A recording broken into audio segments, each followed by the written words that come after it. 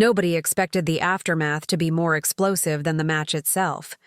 Sabalenka versus Świątek ended in disaster, not on the court, but in the press room, where a single comment ignited a firestorm that would engulf three of the world's greatest tennis players. One careless statement, one champion left defending herself, and suddenly, the entire tennis world was divided. This is the story of how victory turned into controversy, respect crumbled into backlash, and a press conference became the most talked-about moment of the French Open. In the lead-up to the 2025 French Open, Aryna Sabalenka was riding a wave of confidence. The world number one had demolished opponents throughout the clay court season, showing the kind of dominance that made her the overwhelming favorite to claim her first Roland Garros crown. But standing in her path was someone who had haunted her dreams for years. Iga Świątek. Świątek came into Paris with a 26-match winning streak at Roland Garros, a record that spoke volumes about her clay court supremacy. The Polish star had won 4 French Open titles and seemed almost unbeatable on the red dirt of Paris. Her movement, her spin, her mental fortitude, everything about Świątek's game was designed for clay. But 2025 had been different for Świątek. She hadn't reached a tour final since winning the 2024 French Open, and cracks were beginning to show in her once impenetrable armor. Her path to the semifinals had been rocky. 3-set battles against Alexandra Ayala, Diana Schneider, and Madison Keys. She was surviving, not thriving. Sabalenka, meanwhile, was playing the tennis of her life. She had knocked out Olympic champion Qin Wenjing in the quarterfinals, sending a clear message to the rest of the draw. She was here to win. The semifinal against Świątek wasn't just another match. It was a collision between two eras, Świątek's clay court dynasty and Sabalenka's hunger for her first French Open title. Their head-to-head record told a story of mutual respect. These weren't bitter enemies. They were two champions who pushed each other to greatness. But on June 5, 2025, everything changed. The semifinal would be remembered not for the tennis, but for what came after.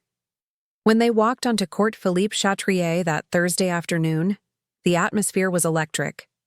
Fans knew they were about to witness something special.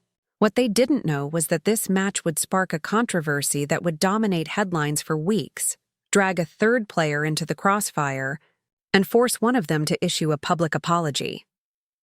The rivalry between Sabalenka and Świątek had always been built on mutual respect.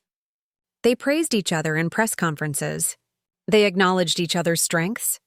But sports has a way of revealing raw emotions, and when the stakes are this high, even the most gracious champions can say things they later regret.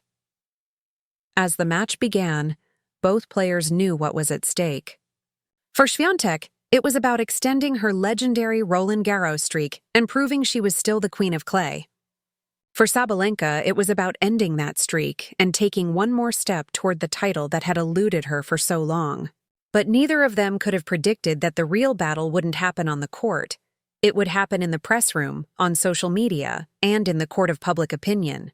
The match started as a classic. Świątek broke early, but Sabalenka fought back from 4-1 down in the first set, showcasing the mental toughness that had defined her career. The rallies were brutal. The shot-making was sublime. This was Grand Slam tennis at its finest. But then, in the second set, something shifted.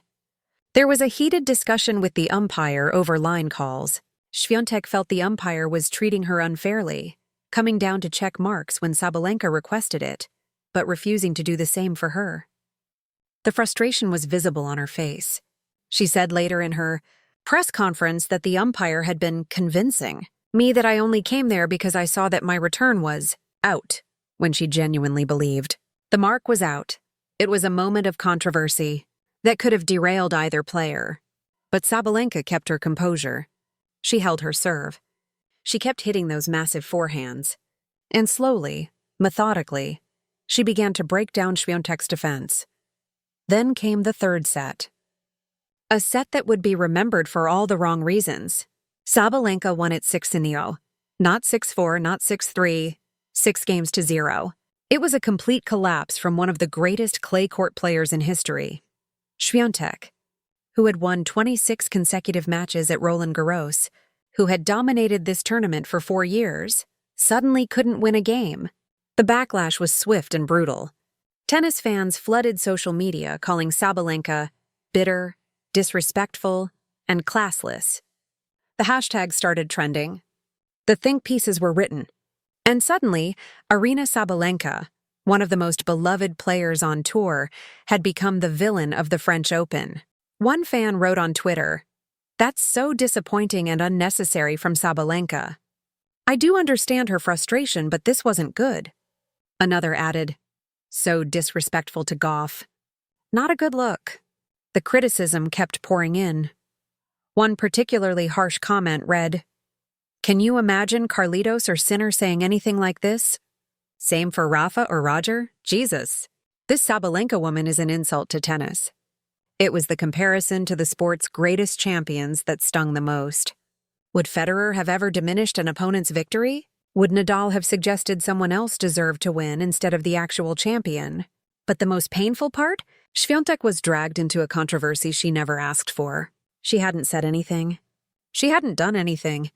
Yet her name was at the center of the storm because Sabalenka had used her as a hypothetical example of someone who would have beaten Gauff. Tennis legends weighed in. The backlash grew so intense that even mainstream media outlets picked up the story, with some commentators calling Sabalenka's response childish and unfair. The narrative had shifted completely. This was no longer about tennis.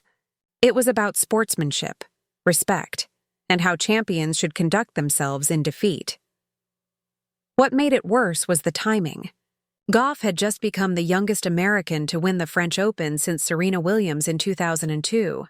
It was a historic moment, a crowning achievement for a 21-year-old who had worked her entire life for this. And instead of celebrating her greatness, the conversation was dominated by Sabalenka's comments. The next day, Sabalenka posted a statement on Instagram trying to walk back her remarks. She wrote, "Yesterday was a tough one. Coco handled the conditions much better than I did, and fully deserved the win. She was the better player yesterday, and I want to give her the credit she earned." She added, "Both things can be true. I didn't play my best, and Coco stepped up and played with poise and purpose. She earned that title, respect. It was an attempt at damage control, but for many it felt like too little, too late." The statement didn't include a direct apology. It didn't acknowledge that her words had been hurtful. It simply tried to clarify that both things could be true, that she played poorly, and that Gauff deserved to win. But the internet wasn't ready to forgive. The backlash continued. Articles were written about her lack of grace in defeat. So who was right in this situation? Was Sabalenka justified in her frustration? Was Gauff right to defend herself? Should Świątek have said something? The truth is, there are no winners in a social media war. Sabalenka's honesty cost her public goodwill. Hit that subscribe button and let us know in the comments.